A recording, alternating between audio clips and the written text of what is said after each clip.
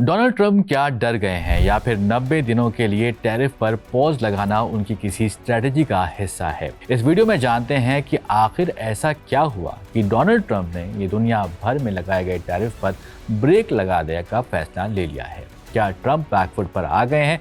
वजह क्या है, समझने की कोशिश करते हैं इस वीडियो में। मेरा नाम है सैयद सोबान, आप देख रहे हैं स्विच। अमेरिका के राष्ट्रपति डोनाल्ड ट्रंप ने एक बड़ा फैसला लेते हुए सभी रेसिप्रोकल टैरिफ्स को 3 महीने के लिए पॉज कर दिया है, लेकिन एक देश यानी कि चाइना के ऊपर टैरिफ को और बढ़ा दिया है।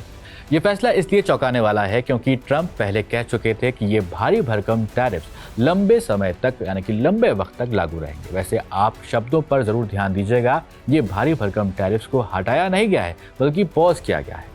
इस पॉज का इफेक्ट चीन पर नहीं देखने को मिलेगा। देखिए, ट्रंप ने साफ कहा है कि चाइना के ऊपर जो भी टैरिफ्स पहले लगाए गए थे उन्हें और बढ़ाया जा रहा है। डोनाल्ड ट्रंप ने इन टैरिफ को बढ़ाते बढ़ाते 104% तक कर दिया है। अब उसके बाद बढ़ाकर और इसको 125% कर दिया है। इसकी वजह से चाइना की तरफ से आए रिटेलिटरी टैरिफ्स हैं और यानी कि चाइना ने भी अमेरिका के प्रोडक्ट्स पर टैक्स उतना ही बढ़ा दिया था।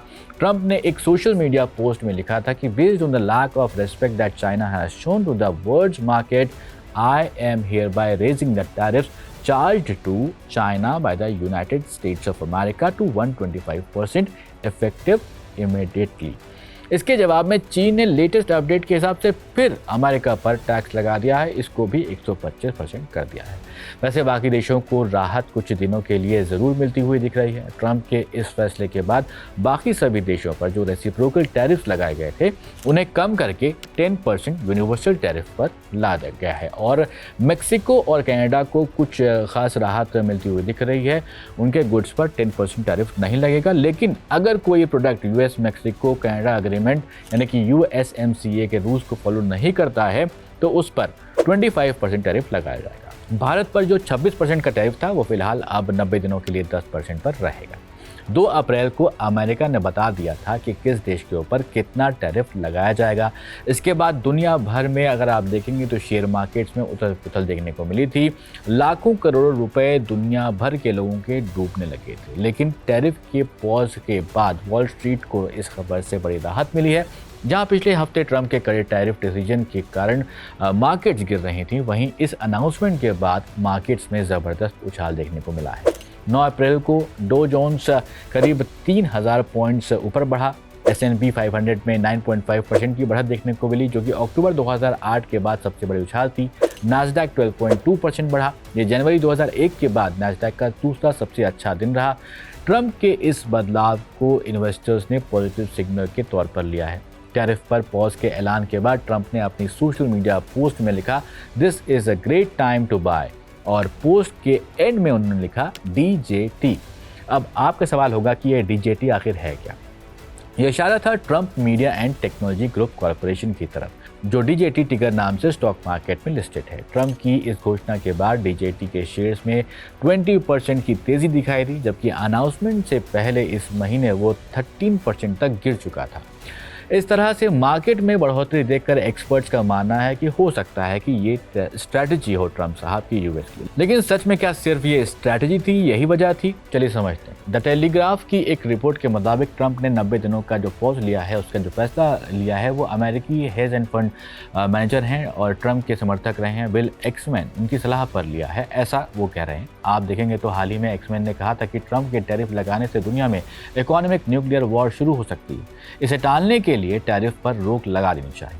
9 अप्रैल को उन्होंने सोशल मीडिया पोस्ट एक्स पर लिखा कि टैरिफ को 90 दिनों के लिए रोकने की बात जो है वो वहाँ पर आपको देखने को मिल जाएगी कि उन्होंने अपने सोशल मीडिया पोस्ट में इस बात का जिक्र किया था कि इसे यहाँ पर पॉज लगाना चाहिए। वैसे यहाँ एक थ्योरी और है जिसमें यूएस ट्रेजरी डिपार्टमेंट के सेक्रेटरी हैं स्कॉट बेंसेट। उन्होंने कहा था कि ये पॉज हमारी स्ट्रेटजी में शुरू से ही शामिल था। हमने दूसरे देशों को ये मैसेज देने की कोशिश की है कि आप बदला ना लें, आपको इसका प्राइस मिलेगा। यानी ट्रंप टैरिफ के ऐलान के बाद देखना चाहते थे कि कितने देश उनके फैसले का समर्थन करते हैं और कितने देश विरोध करते हैं।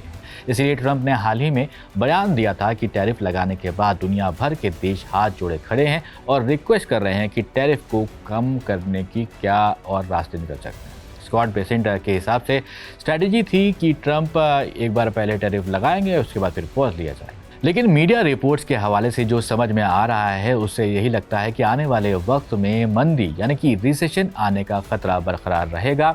हालांकि ट्रंप के इस 90 डेज टैरिफ पॉज को मार्केट्स ने अच्छा कदम माना है, लेकिन कई इकोनॉमिस्ट जो हैं उनका कहना है कि इससे रिसेशन का खतरा पूरी तरह से टला नहीं है।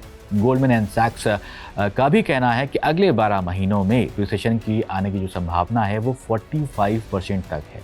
ट्रंप के इस अचानक लिए गए फैसले से मार्केट्स और कुछ देशों को राहत जरूर मिलती है दिख रही है, लेकिन चाइना पर बढ़े हुए टैरिफ्स और चाइना की तरफ से वापस यूएस पर लगाए गए टैरिफ ने ग्लोबल ट्रेड टेंशन्स को और ज़्यादा बढ़ा दिया है। साथ ही अमेरिका के अंदर रिसेशन का जो डर है वो अब भी मंडरा रहा है। बिजनेस ओनर्स और जो इकोनॉमिस्ट हैं अब भी ये समझने की कोशिश कर रहे हैं कि डोनाल्ड ट्रंप के अगले कदम क्या हो सकते हैं और ये 3 महीने की जो राहत मिली है असली राहत होगी या फिर एक ठहराव ही है। ट्रंप का ये जो कदम है दुनिया की इकोनॉमी के लिए एक मिक्स सिग्नल सा दिख रहा है, जहां एक तरफ रिलीफ है वहीं दूसरी तरफ आप देखेंगे तो कुछ डर भी बना हुआ है। आने वाले हफ्तों में ये देखना दिलचस्प होगा कि ट्रंप एडमिनिस्ट्रेशन इस पॉलिसी को कैसे आगे ले जाता है। फिलहाल इस वीडियो में इतना ही। आप देखते रहिए स्विच।